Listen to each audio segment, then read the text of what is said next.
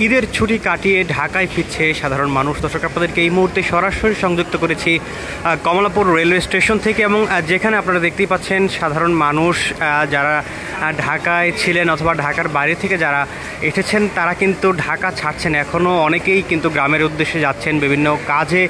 অথবা বিভিন্ন ব্যস্ততায়। যারা গ্রামের উদ্দেশ্যে যেতে পারেননি অর্থাৎ ছুটি কাটাতে গ্রামে যেতে পারেননি তারা কিন্তু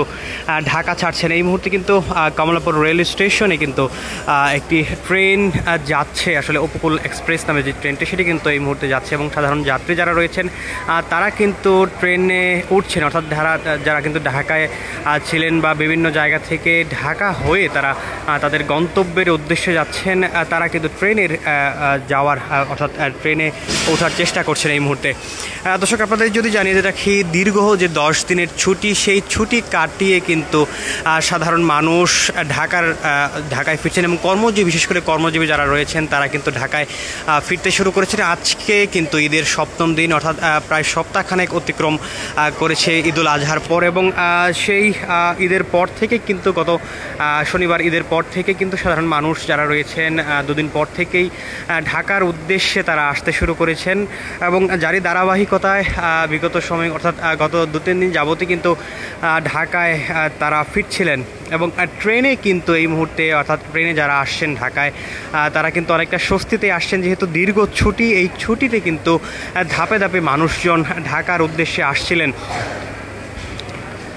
দর্শক, আপনাদের যদি দেখানোর চেষ্টা করি, সাধারণ মানুষ যারা ঢাকার উদ্দেশ্যে আসছেন এবং ঢাকা ছেড়ে যাচ্ছেন তারা ট্রেনে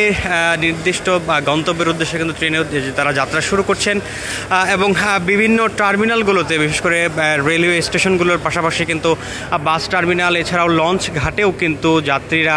ফিরছেন ঢাকায়, এবং যারা এখনও ঢাকায় বসবাস করছেন বা ঢাকায় যারা ঈদ পালন করছেন তারা কিন্তু ঢাকা ছাড়ছেন, এবং সেই যাত্রীদের সংখ্যাই কিন্তু এই মুহূর্তে কমলাপুর রেল স্টেশনে লক্ষ্য করা যাচ্ছে। এবং যারা কিন্তু ঢাকা ছাড়ছেন তারা এই মুহূর্তে একটি ট্রেনে ওঠার চেষ্টা করছিলেন। এছাড়াও কিছুক্ষণ আগে কিন্তু অর্থাৎ দিনব্যাপী কিন্তু বিভিন্ন প্রান্ত থেকে, দেশের বিভিন্ন প্রান্ত থেকে ট্রেনগুলো এসেছে, এবং যেখানে ঘর থেকে অর্থাৎ গ্রাম থেকে তারা ঢাকায় আসছেন, এবং সেই কর্মজীবী মানুষরা কিন্তু আগামীকাল এবং তার পরদিন থেকে যে অফিস আদালত খুলবে সেখানে যোগ দিবেন। দর্শক, আপনাদের যদি জানিয়ে রাখি, দীর্ঘ 10 দিনের ছুটি শেষে কিন্তু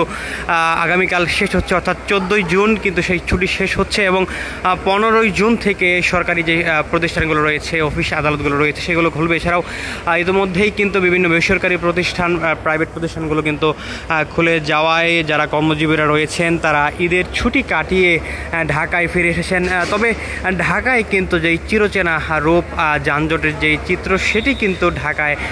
নেই এখন পর্যন্ত, অর্থাৎ আজ শুক্রবার পর্যন্ত কিন্তু অনেকটা স্বস্তিতেই ঢাকায় যারা চলাচল করছেন তারা স্বস্তিতেই চলাচল করতে পারছেন।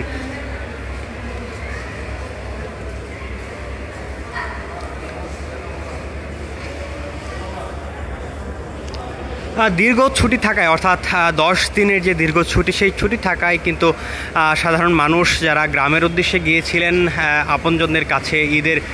ছুটি কাটাতে তারা কিন্তু ধীরে ধীরে ঢাকার দিকে আসেন, এবং আগামীকাল যারা এখনও ঢাকায় আসেননি আগামীকাল হয়তো তারা চলে আসবেন, এবং আগামীকাল যেই চিত্রটি সেটি হয়তো বা অনেকটাই ভিড় থাকবে সেই বিষয়টি কিন্তু আশঙ্কা করা হচ্ছে। দর্শক, আপনাদের যদি জানিয়ে রাখি, ঈদুল আজহার ছুটি অর্থাৎ ঈদুল আজহা কিন্তু গত 7 জুন অনুষ্ঠিত হয়েছে, এবং তারপর বিগত প্রায় 7 দিনে কিন্তু সাধারণ যাত্রীরা ধাপে ধাপে ঢাকায় ফিরে এসেছেন, এবং তারা এই মুহূর্তে কিন্তু ঢাকার যেই স্বাভাবিক চিত্র এবং গণপরিবহনে কিন্তু একদিন পর পর কিন্তু যাত্রীদের পরিমাণ বাড়ছে, এবং আজকে কিন্তু কিছুটা বেড়েছে সেই গণপরিবহনের সংখ্যা, এবং তাতে কিন্তু যাত্রীর সংখ্যাও কিছুটা বেড়েছে। দর্শক, এই মুহূর্তে কমলাপুর রেলওয়ে স্টেশনে কিন্তু যাত্রী যারা ঢাকায় ঈদ পালন করেছেন অথবা বিভিন্ন প্রান্ত থেকে ঢাকা হয়ে তাদের গন্তব্যের উদ্দেশ্যে যাবেন তারা কিন্তু ট্রেনে যাতায়াত করছেন, এবং তারা তাদের গন্তব্যে যাওয়ার উদ্দেশ্যে কিন্তু অবস্থান করছেন ট্রেনে।